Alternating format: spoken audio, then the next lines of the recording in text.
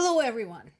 One of the topics I have been bringing up while covering the events in Ukraine is what the future might be bringing for everyone involved. Ukraine, Russia, Europe, the US. By everyone, I do truly mean everyone. And so this piece here, this is on Kyiv Independent website today, is a prime example of how one should plan for the future. This is exactly what I'm talking about. How so? Well, so Estonia says that Russian veterans could come into Europe should the war in Ukraine end. We don't know when that's going to happen, but they're looking ahead. And they're urging the EU to start thinking about it now and consider instituting an entry ban. Now, this may seem harsh. Why? Why would they do that? You don't know these people. They were only following orders. Excuse number one at the Nuremberg trials. But it is a valid concern. And here's another thing. So Estonia is one of the countries that used to be part of the Soviet Union. They know what it's like. They know what the threat is like. And also, the Baltic states have been going through a kind of crackdown lately. That's something that Russia actually has been complaining about quite vehemently. Because basically they have been deporting Russian citizens before you start protesting for failing to comply with the basic requirements of citizenship in these states, specifically the knowledge of language.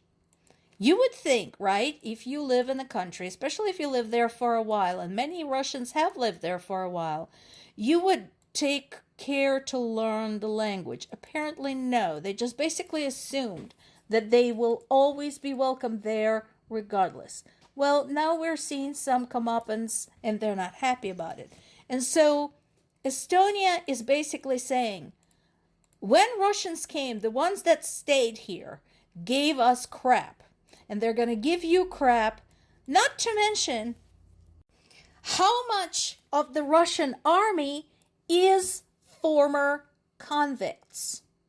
And I've warned you about this in the past. Remember, I said in the past that Russia was already having problem with these people coming home. So these were former rapists, murderers, thieves. And they were now coming home after spending all this time indiscriminately murdering, raping, and pillaging. And not having any consequences. And so now they expect to show up and continue to not have any consequences. And that is another concern. What happens if they show up in Europe?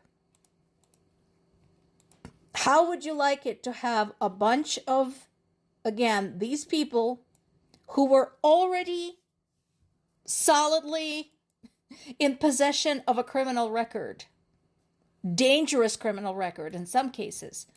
How would you feel if they just showed up on your doorstep? I agree with Estonia. I absolutely agree with Estonia. Put that ban into place now. Do it now. Make it happen. Now, another important piece is this. So we started talking about this yesterday. We started talking about Trump's call to Putin, urging Putin to stop bombing at least Ukrainian civilians and basically take some pity on people because of the brutal winter.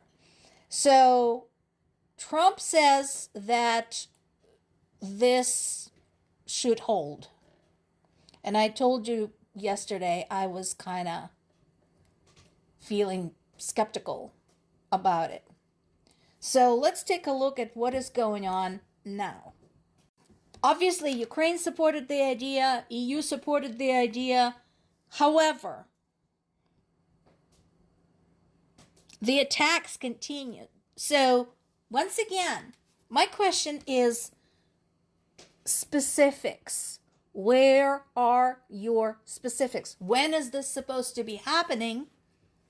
What exactly is included? And the last but not the least, what happens if Russia violates this? What are the consequences? Because when we were talking about, Zelensky supporting this and EU supporting this, Germany's Merz also pointed out that the systematic and brutal destruction of Ukraine's civilian infrastructure was basically an atrocious thing to do, which should be obvious to everyone. And now it is still going on. So how do we know? How do we know an agreement has been reached? Would we notice the difference, I guess, is the biggest question.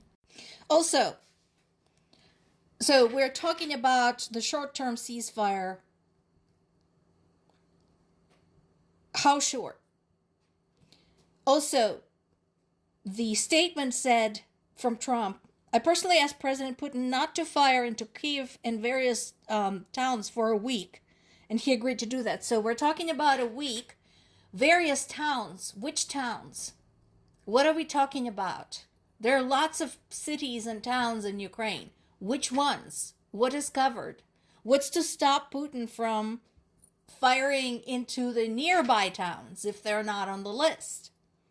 Meanwhile, we have Russian attacks that killed 6 more people in central and southern Ukraine yesterday,